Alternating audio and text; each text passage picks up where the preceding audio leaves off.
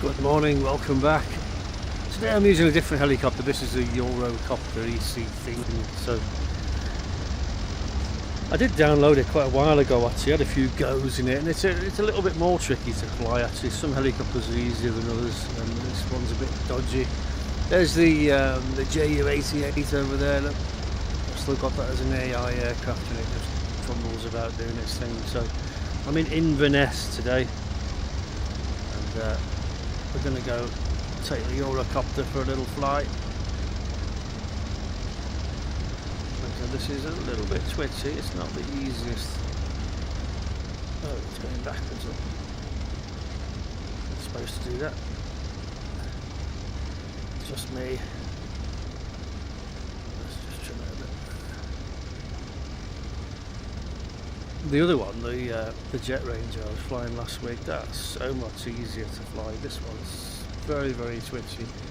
You have to go into the settings and things and alter these input curves and things, but it's quite tricky. So I tended to just play around with it a little bit, and then I just didn't bother flying it anymore and just started flying things that were a bit easier. You know, so this isn't the easiest helicopter by far. Okay, this is Inverness. I'm just going to go and have a quick fly around. I was watching Trevor Colt this morning, and he mentioned that he was stationed at Fort George in Inverness, which is just over there. So I thought we'd go and have a quick look at that, out of interest.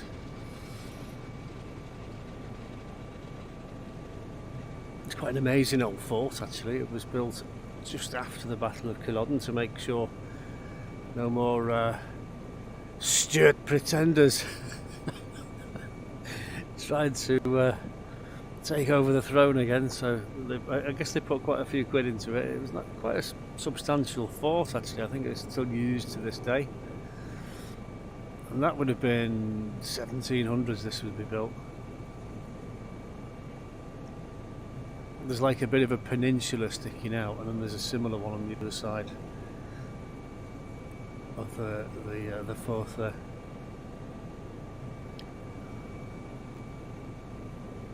So we'll have a quick look.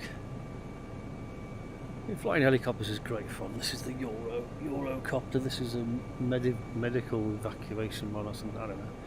They come in all different liveries. I don't care. So we're doing about 100 knots now. So we start slowing down. Looks like there's all rifle ranges and things pointing out to sea as well.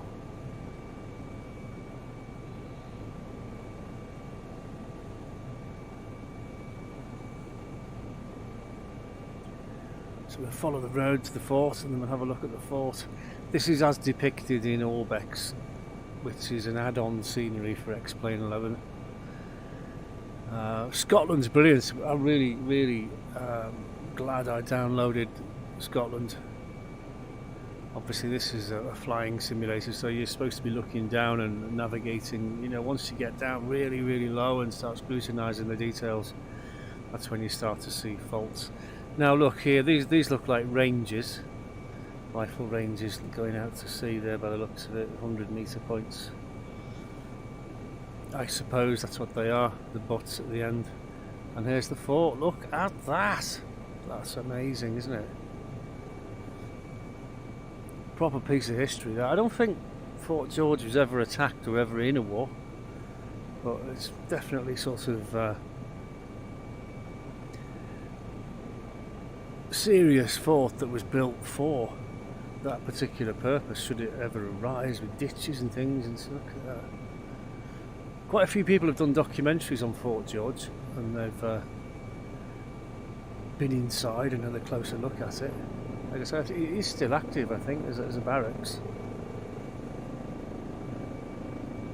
I don't think Bonnie Prince Charlie ever came back, though, or any of his descendants, but they obviously felt it was necessary to go to the expense of building that, because that wouldn't have been cheap.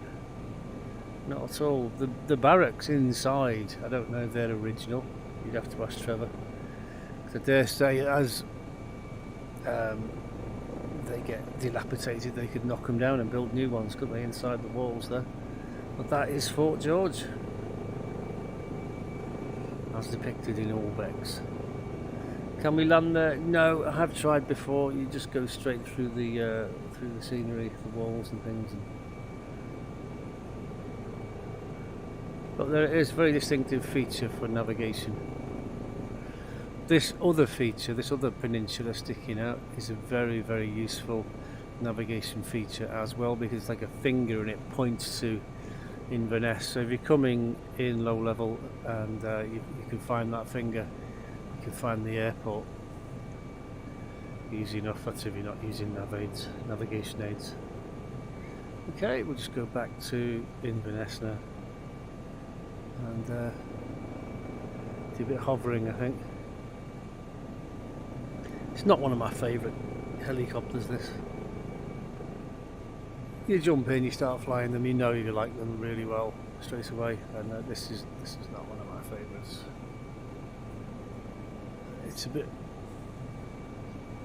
twitchy for my liking. I'm not actually that good a helicopter pilot. It's okay. They're a very good helicopter. I've actually been up in a few of them.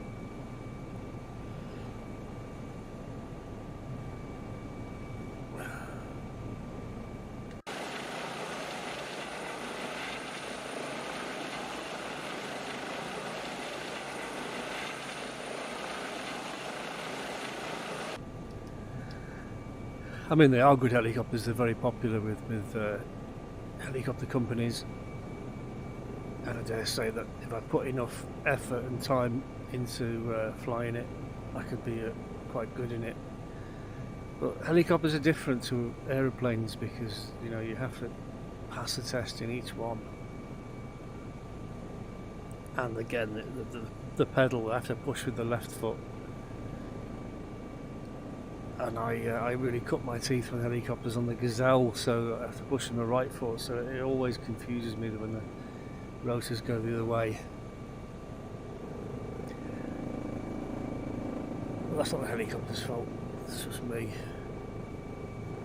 Okay, so here we are back at Inverness. Inverness Airport. The city of Inverness is way down there, on the top of Loch Ness. It's real time and weather today. This is what the weather's like in Inverness right now.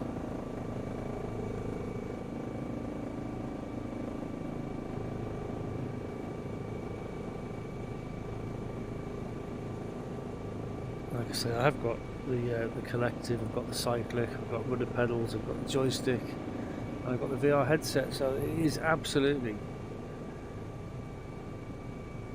as near as you can get to flying a real helicopter, but for free. If you wanted lessons in one of these, I would imagine you'd be looking at £1,000 an hour at least. I can do an hour in this for nothing, and I can crash it as well.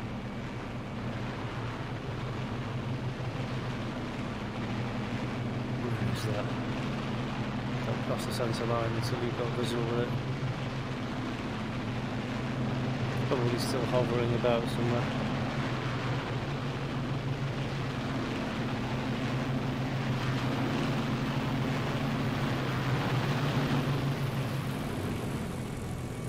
Can't see it. Look at it. Swerving about, someone's trying to learn to fly in it. Not doing very well, are they? The AI pilots. Artificial intelligence. If they're not programmed, they can't do anything. They won't learn either. It's funny watching the F-35s. They kept flicking over, and you put them on AI.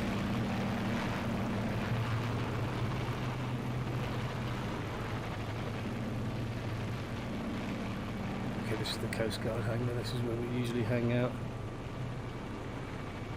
I'm going to put this one on the grass. Park it into wind. I really can't fly helicopters on a 2D screen with a joystick. It's so much more difficult than in VR.